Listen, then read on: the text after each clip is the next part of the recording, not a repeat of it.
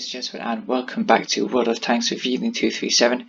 And today I'm going to be doing a tank review on the Tier 8 premium, non-premium Polish medium tank, the CS-53.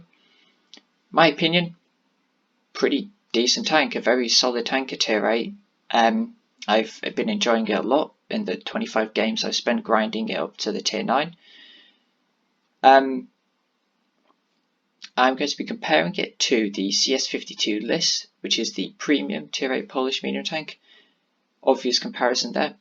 The T-44 and the Lansen C, I would say, are pretty similar in terms of how you would play it. I must actually update the T-44 because we want to be using the 100mm because we're not bad at the game. And we're going to be comparing it to the Progetto, which I regard, and so do a lot of people, as the best Tier 8 premium tank, or Tier 8 tank in the game, probably one of the best tanks tier for tier in the game. And as you can see, right off the bat, the CS-53 has the best EPM. Straight up, it's quite good. It's quite good. It's very good. And it has fantastic penetration as well, 212mm, 300 damage. It's a very punchy gun, but it's not punchy with a long reload like an STG maybe would be. It has the DPM to back it up, and that's what I really like about this tank.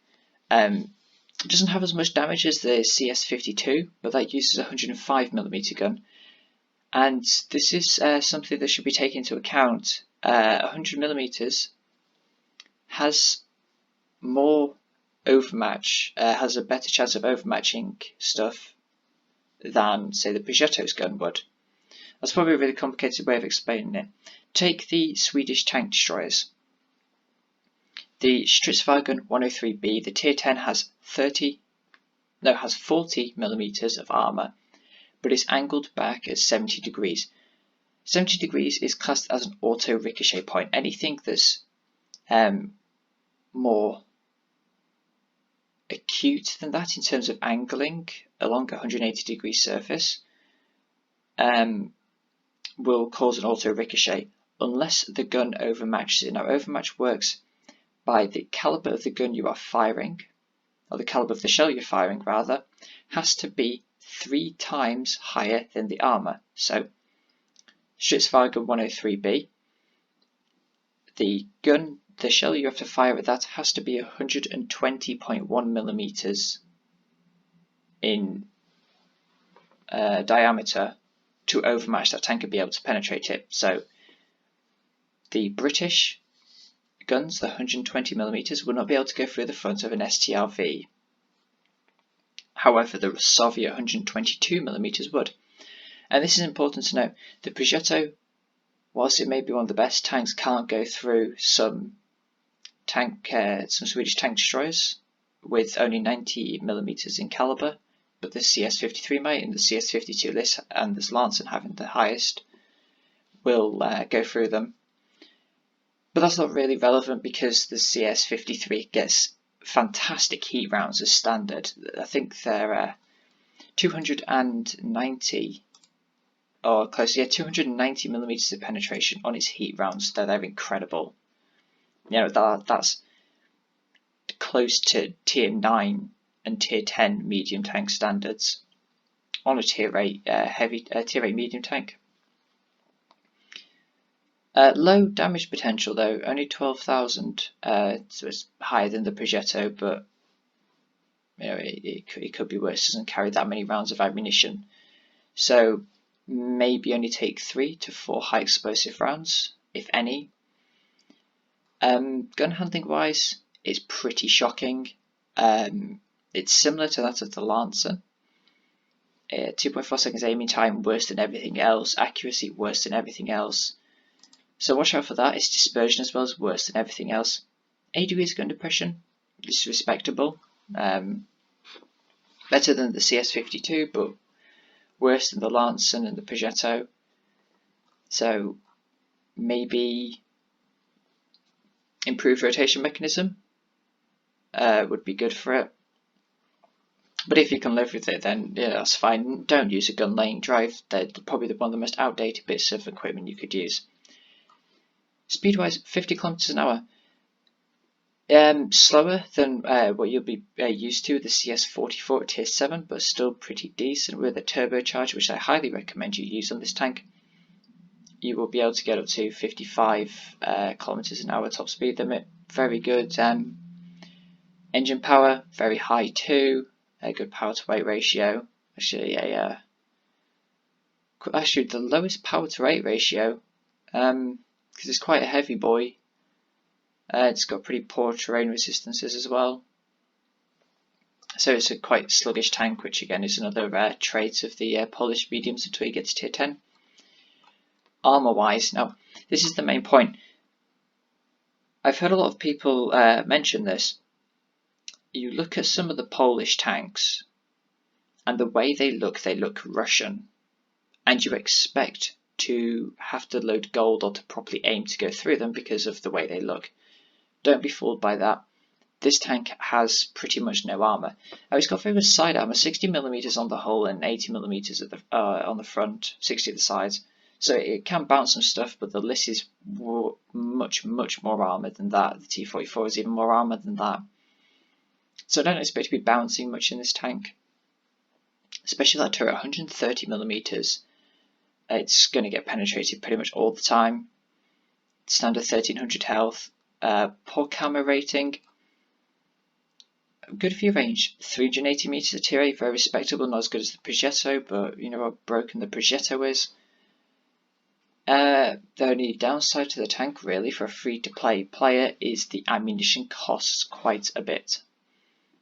510 credits per standard shell, so you best make them hit, and with this tank it's quite difficult to make those shells hit, as I found out to my dismay quite a few times.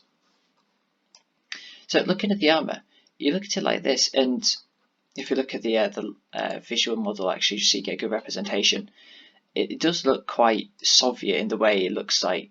It's very low slung. It looks like it should have a lot of armor. But if you actually look on the live model, you see it's not even 120mm anywhere. Turret, you'd expect it to be high, but like the highest you're going to be going is 232. But if you're shooting there, when you could shoot here, or even the cupola, really, you're doing it wrong. The turret armor can be overmatched, 30mm, so 91mm guns or higher can overmatch it, but you know, if you can hit that, you can hit that. You know, the cupola's a massive weak point. Engine deck is very weak too. To angle it, you've got to angle it like that.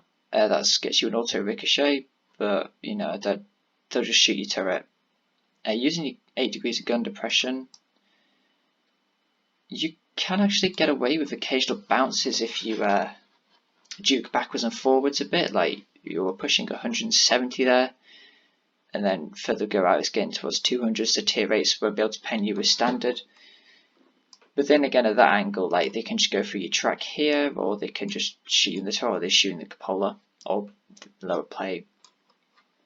So in terms of armor, not particularly great, but why don't we see how this tank performs in, firstly, a tier 10 game on El Haluf.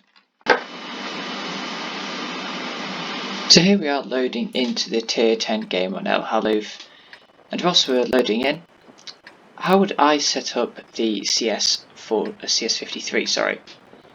Turbocharger in the first slot is a given, extra 5 kilometers top speed, makes this tank a lot more mobile. Second slot has to be a gun rammer, obviously, boost up that already impressive DPM. And then after that, what would I take? Now this depends on how you like playing your medium tanks. You can either set it up with vents to slightly improve the view range and improve the gun characteristics, sort of improve everything really. You can either fit it with vertical stabilizers / improve rotation mechanism if you want that dispersion to become less of a problem. Or as I've set it up, you set up with optics just to make sure you've got that view range. So So yeah, it really depends on your playstyle. I mean, if you really want to, you could set it up with improved hardening. I wouldn't recommend doing that. This isn't a Clan Wars vehicle. So anyway, getting into the game. Tier 10, as you can see, the enemy team have got some pretty decent players. So too do we. And what am I looking out for here in a tier 10 game? How would I play this tier 10 game? Well, first of all, I'm just staying here for a minute or so, just to see if I can get a shot on that EBR. I see the EBR appears on the minimap. I try to blind find, but unfortunately nothing connects. Now I'm looking at the team list. Tier 10 mediums, we have a Progetto there, a pattern. That pattern is a lot more dangerous than our Progetto. They have a Jagdpanzer V100, we have a Badger. So, say tier 10 tank destroyers like sort of match out pretty well. Looking down the team list, there's 3 artillery aside. We have a KPZ-53, fantastic tank. He's a good player. And this is why I like using XVM, as we're trying to feather a shot on the WZ-120, but then our Progetto decides to touch us inappropriately as we're trying to shoot the WZ. What I like using about XVM is you can see the player's skill and experience. Now WN8 doesn't always show everything. People can have really poor WN8s and pick up the kill in the enemy gorilla there. Not quite sure why he went down there. WN8 only shows half the story. You can look at someone such as the KPC, such as myself, such as the Lorraine, the MX-30, the Jagd Tiger. We're all above average, of like, so just below Unicum standards in terms of WN8. That's how well you play the game. However, that doesn't always mean you're better. What I like to see as well is how many games people have played. As we're actually helping this Progetto here. This Progetto pushes forward and we're actually communicating quite well. As we miss a shot, unfortunately, on the move against the CS-53. Fantastic teamwork there again as we're looking for the pattern. Artillery puts a shot into us. We shoot the pattern there, and the pattern doesn't penetrate a heat round through the side. That was a very good shot there. I got very lucky with that one. But yes, anyway, quickly back to XVM. Seeing if someone's played 100 games or like 1,000 games with poor WN8, you can assume that they're going to be a bad player. So we unfortunately bounce off the front of the WZ-120, I think. Yes. Put a shot into his tracks to keep him locked in place. Yeah, it's all about looking at your team, their team, seeing whether you can rely on someone to push with you. If you communicate, will they go with you? If that makes sense. It's like building trust up with someone. And seeing how experienced people are. If somebody's got like poor WN8 but like 100k games, you'll assume that they should know some of the game mechanics, but maybe not be able to put them into practice as much. But yeah, you shouldn't use it to judge your opponents. You should you should judge them in a good way about how effective they're going to be, but you should never underestimate them. You shouldn't look at a player with terrible WN8, not good win ratio, or very few battles, and be like, oh, this will be an easy kill, because sometimes it might not be. And if you go into that situation aggressively, you could lose a lot of health to the team behind him. For example, looking at a good player, you could trust a good player to help you. Just looking for a shot on the lower plate, the Jagdpanzer V100 here. The shell actually goes underneath the lower plate, like straight under his tank, which is rather amusing. But yeah, that's why I use WN8, or at least use XVM to like get a good idea of what the team's going to be like, who you can trust, who you can't trust in certain situations. I believe it was Alfred Mahan that said, a bad ship with good sailors is infinitely better than a good ship with bad sailors. That applies pretty much to anything, really. Even if you've got poor equipment but you know how to use it, it should work. But anyway, that's enough about it. Let's get actually back to the game. So far, we're up 6-4. The enemy team have camped heavily. I'm up to 600 damage so far, not being really the impact I've wanted. I find the enemy Scorpion there, trying to feather a shot into him. Unfortunately, he doesn't give us what we want. The Jagdtiger picks up a kill on the Tortoise who's crossed in the open field. And I must give a quick shout out here. This artillery, Major Payne Smith, as you can see him over there, he's moved up into a fantastic position. His M50, M53, M55, sorry. This is allowing him to shoot that Jagdpanzer V100 to get shots to where he wouldn't if he'd stayed where our other two friendly artillery are. Because we actually anticipate the Jagdtiger coming around the corner. The Jagdtiger puts a shell into us. He's luckily using the stock Jagdtiger gun. I think he is, or he just got a very bad roll. And now, because our artillery's in that position, the artillery can rain fire upon that Jagdtiger. Unfortunately, we weren't able to put a shot into him, but I have a plan here. This is where, you know, I'm relying on that artillery being an above average player to help me and see the situation. As you can see, we actually put a shell into his tracks. Luckily, it damages him at the same time. He burns his repair kit coming towards me. He's actually using a fully upgraded gun. As you can see there, he puts 617 damage into him. We put a fantastic shell into his tracks. We're waiting for our tracks to come back up, and now we're praying that we have a better gun reload than he just repair crew, and we do. So this Jagdtiger is completely dead. This is a free farm for us. He can't repair the tracks in time before I can get my shell into his tracks again. The artillery is continuing to help me out just in case the Barras comes for us, and that's what I'm worried about now. I'm so glad these artillery and that TS-5 is helping me here, because my main focus now should be on the tanks coming towards me, and this is why I'm reloading a high explosive round for this Scorpion that's coming towards us. Scorpion's on 343 health. The high explosive round should kill me a single shot. It comes around the corner, put the shell in, 342 damage, killed the enemy Scorpion. He would have killed me there.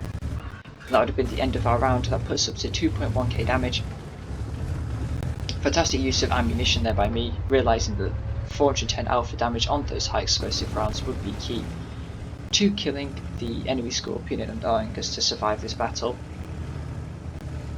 Yeah, in terms of damage, 2100 damage, 1100 spotting. We're going to hope to try and pick a bit more, see if that Barras comes out to play.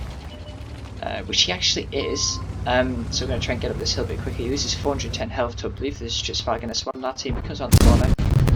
We put a shot in, but we low roll, 267 damage, not enough to pick him up. Our artillery kills the Jagdtiger, the Jagdpanzer 100. Barras kills Centurion, and our friendly artillery picks up the kill on the Barras.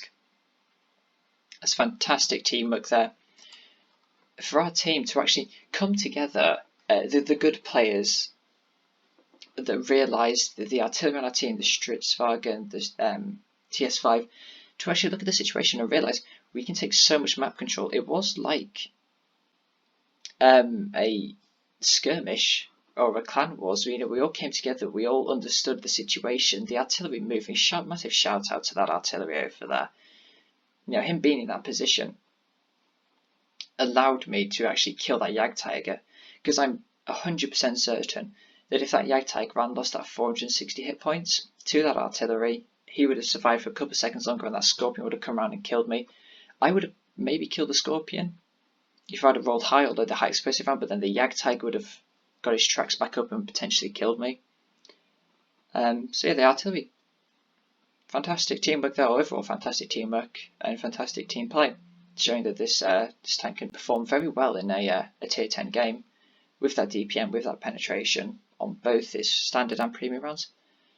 So let's get into some tier 8 maximum gameplay and see what this tank can really do when it's in a favourable matchup. So here we are loading into our second game of this tank review, and it's a tier 8 maximum game on Prokhorovka, and there are some nice big juicy tier 6s to play with. I'm very happy about that, and so too is our T-34B on our team, who you'll see in chat in a few moments. Is also very excited, not just the fact that it's there's tier 6s, but there is no artillery. Yes, that's probably one of the best results you could ask for, is no artillery in a game with all the tanks. But looking at the team, our tier 8s, at least some, the Barras and the Rheinmetall Borsig Waffenträger are very good, and their tier 8s aren't as good. So realistically, I should expect them to camp more than us, to not take the better positions than us, but then again, it's not going to be as straightforward as what you'd think. Like I said in the first replay, never underestimate the enemy. They're going to camp this one, and they're statistically not as good, but that doesn't mean it's going to be a walkover, especially not on Prokhorovka, and thankfully there's no artillery, because artillery could have been the deciding factor in this game, but we'll have to wait and see. So straight away, I'm taking my CS-53 up to the hill. I was debating whether I should continue going up the hill, given there's only a super Hellcat supporting me. Our T-29 Cromwell and T-71 are currently staying as far away from the fight as humanly possible. If they'll go any further back, they'll end up in Himmelsdorf.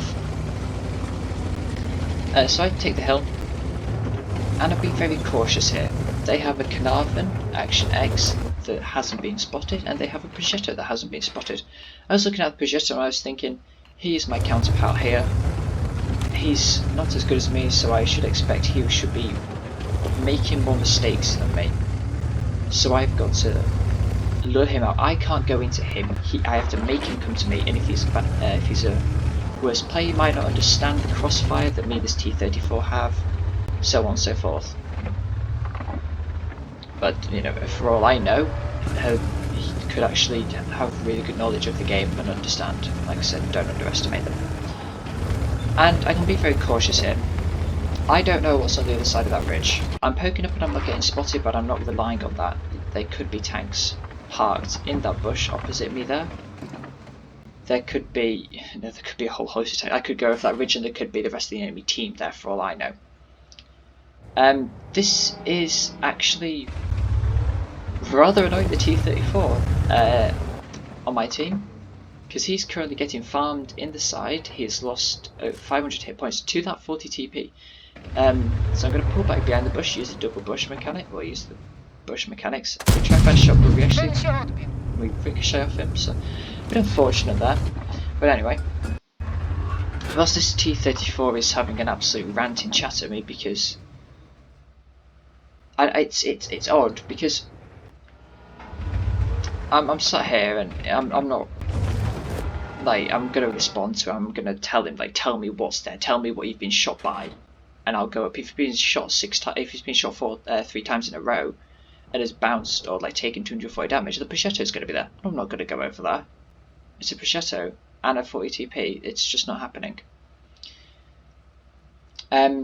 So what's the keep an eye on chat, because this T-34 is having a whale of a time, not realising that I'm exercising a degree of caution on Prokhorovka, because HP at the end is going to be extremely useful as we see the enemy Barask. We're trying to put a shot into it, unfortunately we miss.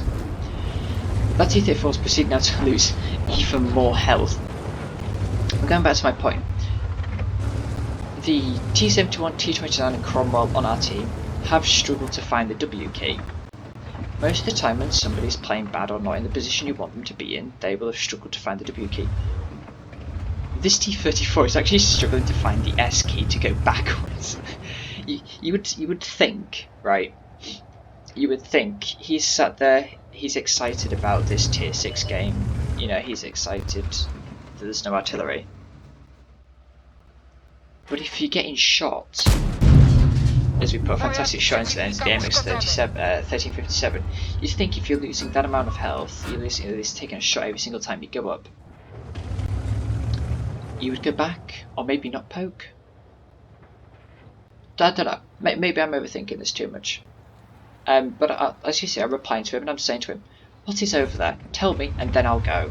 Like, any indication is we managed to pick up the kill on the Barask there, very important kill. And he's lost even more health. So I'm just he's getting very annoyed now. He just says only him. There, that's all you had to do. It's not very difficult. We're actually losing 4-5 at this point, and this is where communication is key.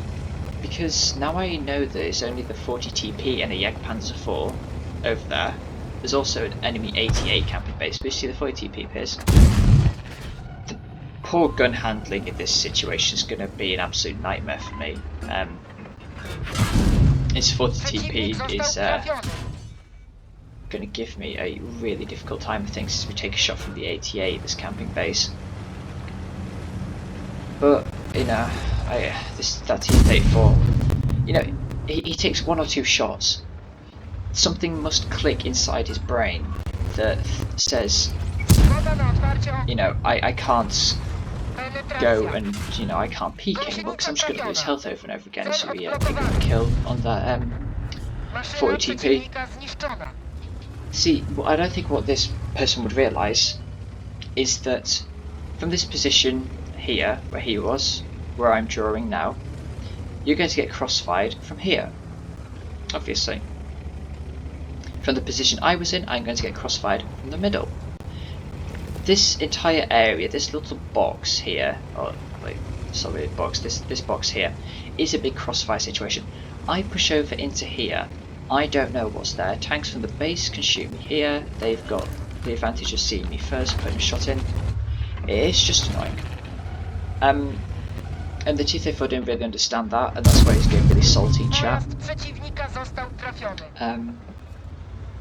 As we find the enemy Jagdpanzer in base, put a shot into him. Their Carnarvon AX is actually camping in the corner. And that's what I expected from the team. I shift my fires to the MX-1357. He's the more important target for me. And the Jagdpanzer 4 finishes off the Super Hellcat, but the Super Hellcat, I think they rammed each other. So yeah, this T-34, I think he finished ranting now. So we find the 88. We tried to put a shot into him, but the poor gun handling not doing us any favours there. Now this is also a good thing to notice, that our T-71 and T-29 and Cromwell have all woken up from their mid-game naps. I'm constantly spotting this 88. I would put a shot into him there. But what I'm looking at now is my suspicions are true. The enemy team is statistically worse, so they're going to be camping, as I'm taking the mick out of T-34 in chat, calling him really salty. So I know that this game is going to become a camp break game. We have to rely, they're all going to be together. Trying to break a camp on Prokhorovka is ridiculous, and to be fair, the enemy team did the right thing. Knowing that in a player skill fight, they're not going to win, but by camping and drawing them into us for open ground, they can win this. And our hopes now rest on this T-71 here, who statistically is a pretty poor player, he's very new to the game, and he's in the most pivotal tank in this situation. So I take things into my own hands. I spot the enemy Carnarvon, I spot the enemy IKV and IS camping, and now we've just got to hope that our team can farm the ever-living hell out of these guys, which is what they are doing. Unfortunately, the Cromwell gets picked up by the Bretonge Panther. Panther? Christ. Oh. that was an interesting way of saying Panther there. Anyway, the VK picks up the kill on the IKV, the IS goes unspotted, the Carnarvon's lost pretty much all of his health, he's gone unspotted, so I'm just going to stay here. Oh, actually no, I'm going to move, I'm going to advance to the next ridge line here. I can take one shot from any of those except the IS, I get spotted. The Tiger 1 hits with an APCR round, and that puts me down to a one shot for anything on the enemy team. But I'm in a pivotal position now. I just need to use these bushes, and I'm asking the T-71 to go, because this T-71 is literally... No, I say he's new to the game, he's played 5,000 games, but maybe he's new to that type of tank as the enemy Carnarvon gets killed. It's because we spotted him, we spot the IS again. We decided to play risky here and put a shot into him, but we managed to pull back. We know where that Tiger is relatively, we know where they all are really. But I'm understanding here, the reason I'm playing so aggressive is because I know that the T-71 statistically won't go forward. He won't understand that he needs to trade his tank for information and hope that our team picks up the kills really quickly. He's actually going now, so fair play to him, he's listened. He's not going the way we'd want him to. What we'd want him to do in this situation is not go straight across the middle of the road, because he's going in the middle. He's not even going in the bushes, but you know, that comes with experience, that does. He should have done what he's doing now. He should have come on the inside of this ridge here, all the way along here, all the way, and just played around in this bowl. So we put a shot into the Bretonge Panther there. Our T-71 has lost a lot of hit points, so this way I decide I can't push over until I next him because I'm going to die. We still have an unspotted Tiger, and that Progetto on the enemy team is full health. So I'm going to push up to this side now. And I'm going to use the terrain to my advantage. I'm going to use my knowledge of the map to my advantage. The T71, to be fair, is actually still playing quite aggressively, so fair play to him. But I'm trying to get some spots on this tiger. I'm trying to find little angles in the bushes where I can maybe spot people. I'm asking the T29 to get in the fight because he is on full health. This is all this T29 has to do is drive forward and they'll spot them. And we can keep the tier 8 tank in the game that's going to do a lot of damage. And the VK is saying that he's about that. Statistically, yes. He's very new to the game, I believe. Yeah, very new, hasn't even played 1,000 games, so I'm not really expecting him to do much, especially in mostly sort of T29. As unfortunately the tiger picks up the kill on the environmental boss. We find the tiger with him picking up the kill. This is what we need to do. We need to start trading tanks, because when they fire, they'll find them as they're trying to find another shot on this tiger. Unfortunately, it goes into his commander's hatch. I bounced a shot from the Bretonge Panther, and we managed to pick up the kill on that tiger. So fantastic result there. Rolled to 3.2k damage, 4,000 spotting. And now we're going to try and push a bit more, try and use the bushes. I guess before she gets spotted and the Jetto hits me. Like I said, you can't underestimate bad players. And now it relies on our team growing a pair. I tell our team where the Progetto is. Thankfully the T29 is actually listening to us. He is going forward. But he's not going the way you should probably go. What you're doing by going here with the T29 is you expose yourself to fire from the Bretonge Panther, which is here, and the Progetto, which is here. This is where the Progetto was last spotted, like down to his left, over there, as he gets spotted. By driving along the red line, he minimises his profile not only to the Progetto, but also just gives his flank to the Bretonge Panther. And the T29 instantly loses all of his hit points. Hopefully that will come from experience, him not knowing. I believe he's even using he's using the 76mm gun, so his combat capability is even worse now. He gets picked up by the Bretonge Panther, but luckily the Bretonge Panther falls to the VK. Progetto gets tracked in the bushes, and I'm just praying at this point. I'm praying that our team can pick him up. He's on 231 health, and the M6 finishes him off with a fantastic blind shot. And that game was far too close. You know, we won and I'm very happy we won and had a fantastic game, but it's, like I said, you know, you can't underestimate anybody. I've been going on about this in my Boogie review as well. You know, underestimating players will get you killed, even if they are infinitely worse than you, because they still have a gun and they only need to get lucky once. They get lucky once, we'd lost that.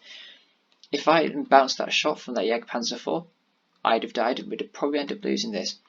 That T-34 hadn't lost 1,000 hit points to a tier 6 tank because it was poking like an idiot. We'd have probably won this game and it wouldn't have even been close. You know,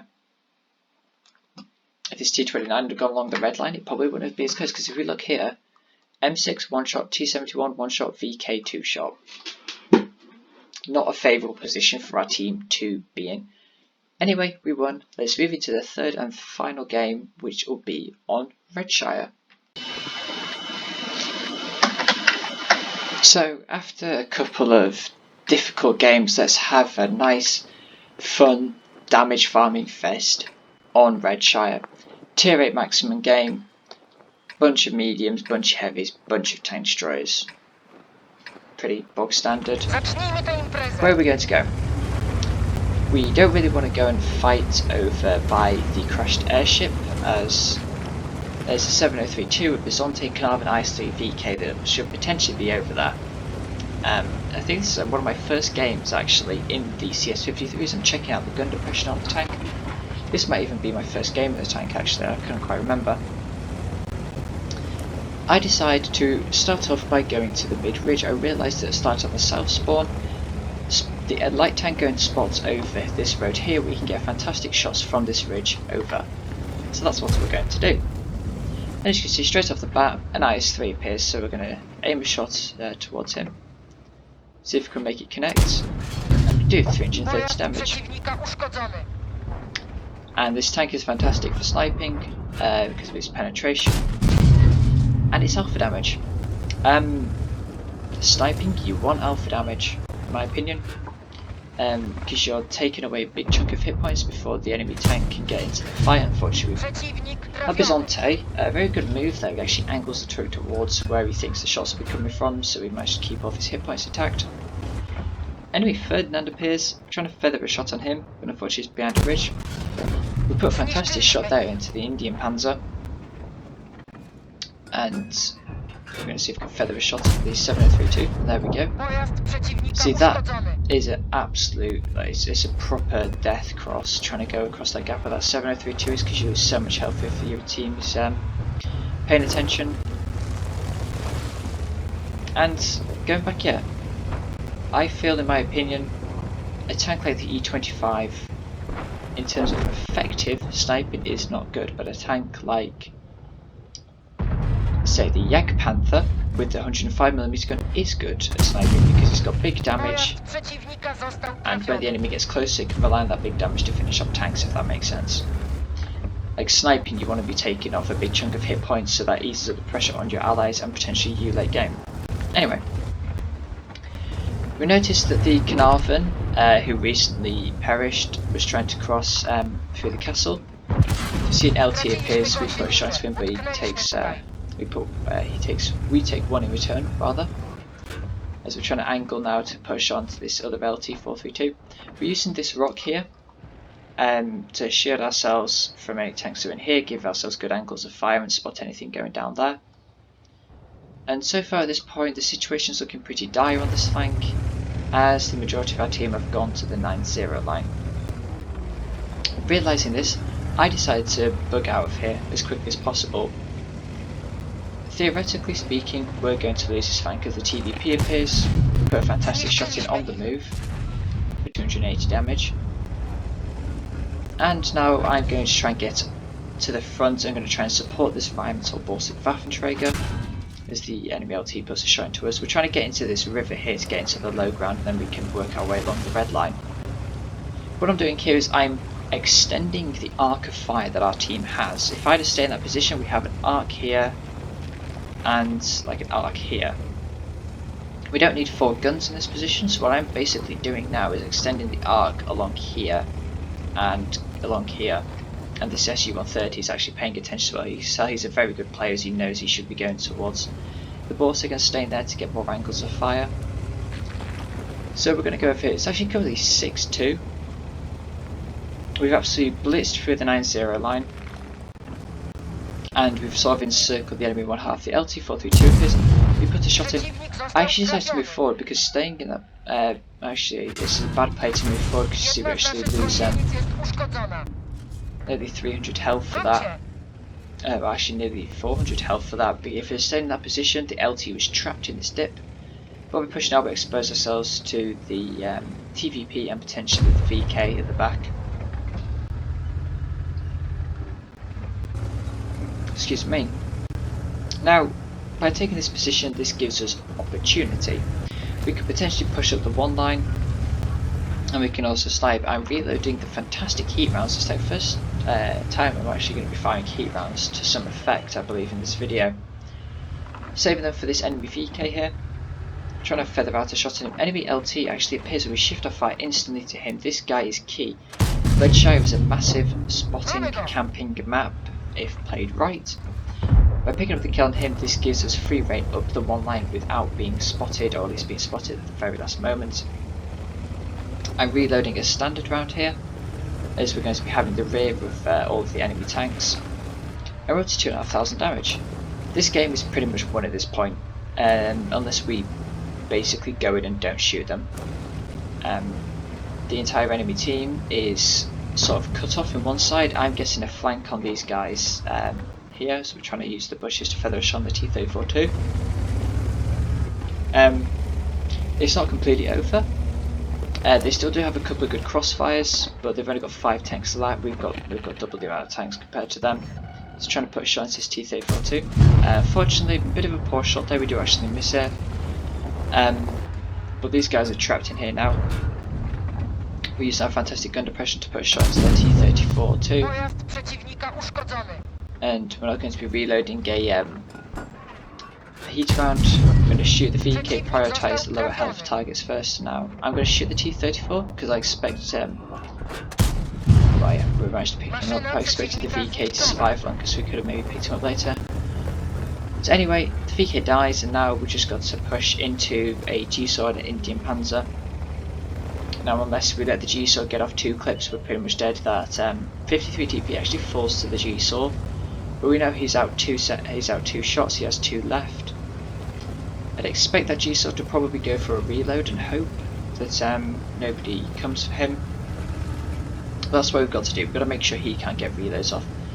IS-3 is in the cap behind the building, so we're putting crap pressure on. Yes, that's a word. It is a word, but anyway. We try to blind fire the bush, but we miss, expecting the Indian Panzer to be there. He's not. He's actually in the cubby hole with the G-Saw.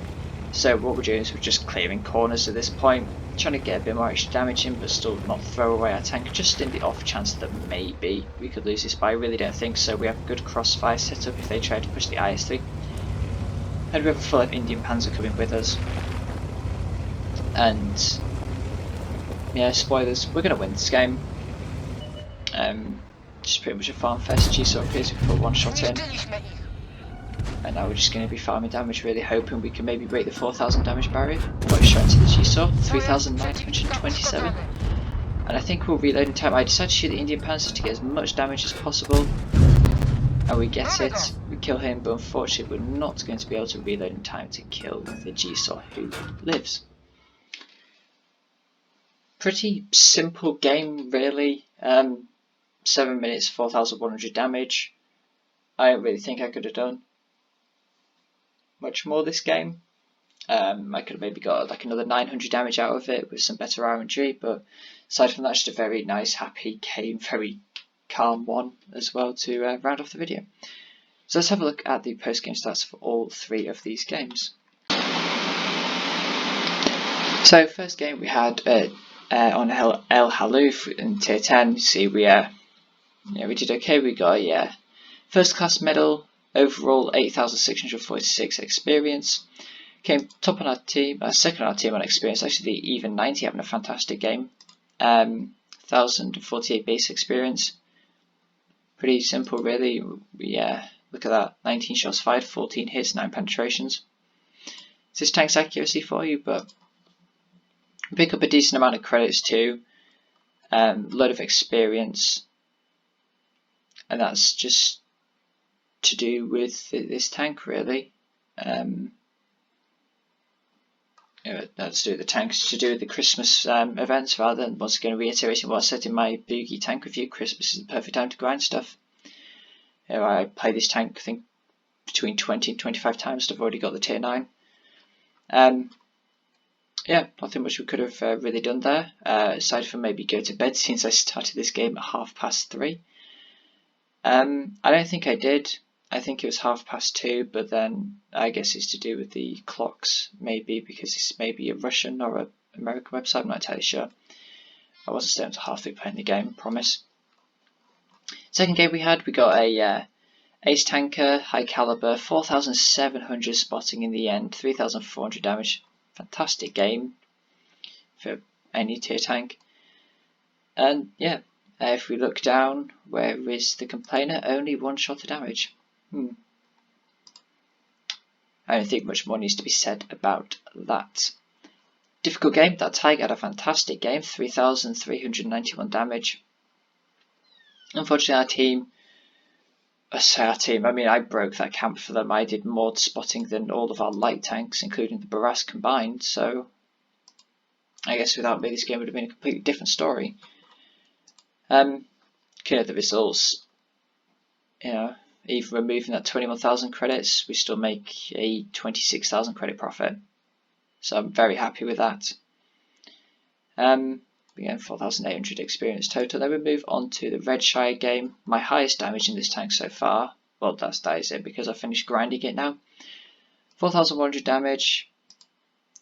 Top on our team on damage. Top on our team on experience. 1,200 base experience. Pretty standard game. Nothing much really needs to be said about that. Again, more credits earned. Load of experience. Yeah, CS-53, what do I think about it? It's a good tank, I like it. People seem to have a pretty poor opinion of the CS-53. That could be down to their playstyle, or just the general look they've had in games. Personally, I think the tank does suffer a little bit in terms of its gun handling, and to a degree its mobility.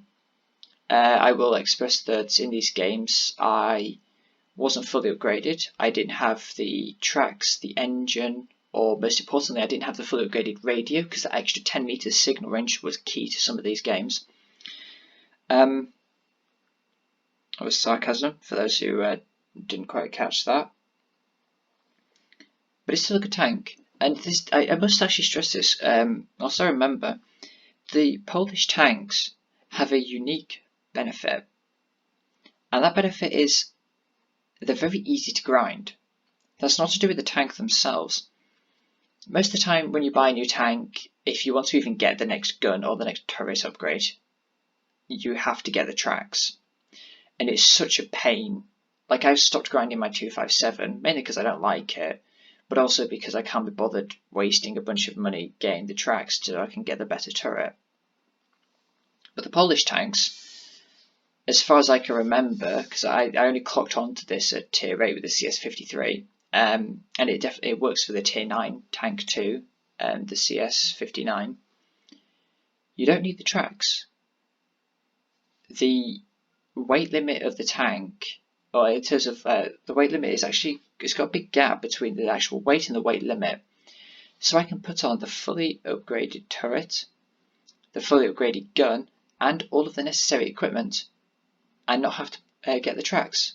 So that's 20,000 experience I am saving instantly by not getting the tracks. So always look at that, not just for these tanks, but for any tank.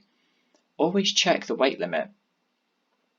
If you can skip over the tracks and get a decent enough tank, or a fully upgraded tank, you don't need the tracks, fantastic, it makes the grind so much easier.